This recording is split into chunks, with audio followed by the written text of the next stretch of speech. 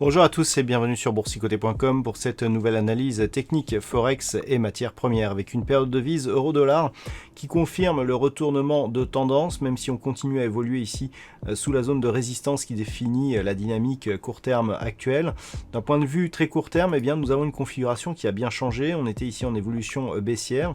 On est repassé ici au-delà de la moyenne mobile 20 exponentielle. On a cassé ici la zone des 1.17 à la hausse et ce que nous pouvons constater, c'est qu'on a bien ici attaqué cette bande de Bollinger et que le retour ici s'est fait sur la moyenne mobile 20 exponentielle qui agit comme une zone de support très proche ici de la zone des 1.17 qui semble elle aussi agir comme niveau de support. Le fait que ce niveau après avoir été repassé à la hausse, eh bien, se soit inscrit comme niveau de support, que l'on ait une nouvelle impulsion ici qui est en train de se développer, montre qu'on pourrait rapidement revenir ici sur cette zone de résistance. Si cette zone de résistance venait à céder, eh bien, on repasserait dans une dynamique, donc on sortirait de cette tendance baissière et on neutraliserait. Ce n'est qu'au-dessus ici des 1.1850 eh bien, que l'on repasserait dans une dynamique haussière.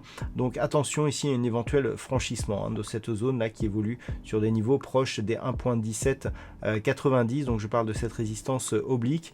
Tant que l'on est encore là, on est donc dans une dynamique très court terme qui reste haussière, mais dans une dynamique court terme qui elle reste influencée par cette résistance qui délimite donc cette dynamique. Sur la paire de devises livre sterling contre dollar américain, nous avons là aussi une configuration qui reste haussière. Alors depuis que l'on est repassé ici au-delà des 1.2780, la dynamique est confirmée puisque si on se rapproche, on peut se rendre compte ici que suite à cette attaque ici sur la bande de Bollinger supérieure, on est venu ici consolider donc sur la moyenne mobile 20 exponentielle avant de réimpulser ici une nouvelle dynamique qui a provoqué un nouveau plus haut de dynamique très court terme et donc confirmer cette tendance. Donc la paire de devises GBP USD oscille actuellement entre 1,2780 et pourrait revenir assez rapidement sur la zone de résistance ici des 1.3010. Sur l'or, nous avons là aussi une dynamique qui est confirmée à la hausse. On attendait ici un test de la zone des 1885 $ l'once suite à son franchissement ici à la hausse hier. Alors, cette configuration technique, elle est très propre, très techniquement. Ce que l'on peut constater ici, c'est que les cours donc, ont testé ici une zone de support. On a recassé ici. Alors là, techniquement, c'est très propre. On a ici un test de la zone de résistance, une cassure. On teste tout de suite ici l'ancienne zone de résistance comme support et on impulse un nouveau plus haut. Donc ça, techniquement, c'est très intéressant, d'autant plus que nous avons ici une attaque sur la bande de Bollinger supérieure. Et comme on peut le voir, sur cette configuration, la moyenne mobile 20 exponentielle ici en rouge agit bien comme support, ce qui va dans le sens d'une confirmation donc, de cette reprise haussière de la tendance très court terme.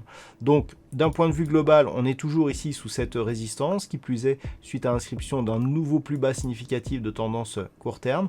Donc, ici, l'intraday, le très court terme reste haussier, dans une perspective de retour ici sur des niveaux. Alors, on a une zone sur la zone des 1910 $ l'once. Si on parvient à casser ce niveau, eh bien, on pourra revenir ici sur cette zone de résistance, voire la tester.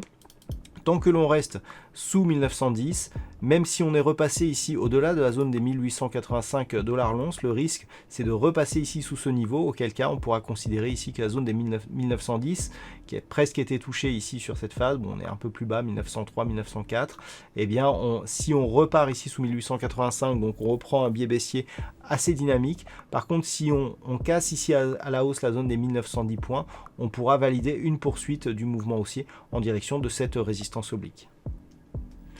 Et puis enfin sur le WTI, eh bien, on avait peur ici de casser la zone des 39 $ le baril, cette zone qui avait été testée ici récemment. Eh bien cette zone elle a bien résisté. Alors l'attaque ici a été assez agressive, on est descendu sur les 38,50, mais au final on remonte ici, on reprend ici la zone des 40 $ le baril. Donc la perspective reste neutre sur le WTI depuis que l'on est repassé au-delà des 39 $ le baril. Certes on est dans la partie inférieure de la zone d'évolution définie en range. Certes, il y a aussi une résistance oblique qui est en train de se dessiner et qui reste plutôt baissière. Si on parvient à casser ici cette zone approximative des 40.25, 40.30 dollars le baril, eh bien on neutralisera totalement la tendance pour une évolution un peu plus horizontale. Donc dans cette zone de range que le WTI avait occupé pendant une longue période à la sortie de cette dynamique ici haussière, il semblerait que l'on ait une zone d'équilibre ici entre ce support donc des 39 dollars le baril et une zone de résistance ici à 43.50 dollars le baril. Voilà donc ce que l'on peut dire sur cette analyse technique Forex et matières premières. Passez une bonne soirée et on se retrouve dès demain pour d'autres analyses techniques, toujours sur le site boursicoté.com.